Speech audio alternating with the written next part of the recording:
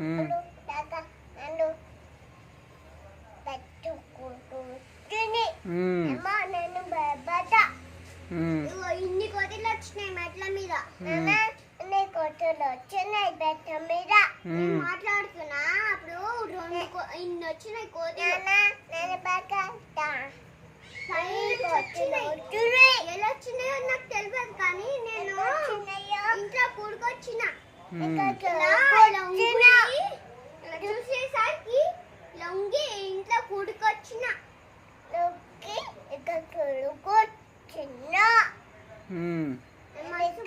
నాకు భయం అవుతుంది కోచింగ్ చూస్తే